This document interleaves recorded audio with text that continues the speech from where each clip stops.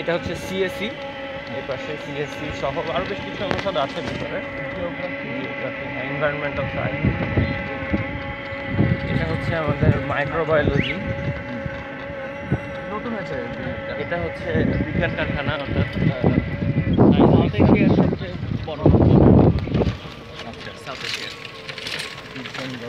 সুন্দর তো, সুন্দর হয়েছে। ও ওয়াজিদ মিয়া রিসেন্টলি হয়েছে না? জি জি। নামে যেহেতু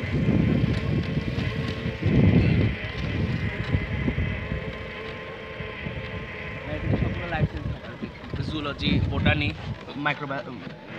বায়োকেমিস্ট্রি। জি জি, এই যে ফ্যাকাল্টিগুলার যে ব্যানার দেওয়া আছে।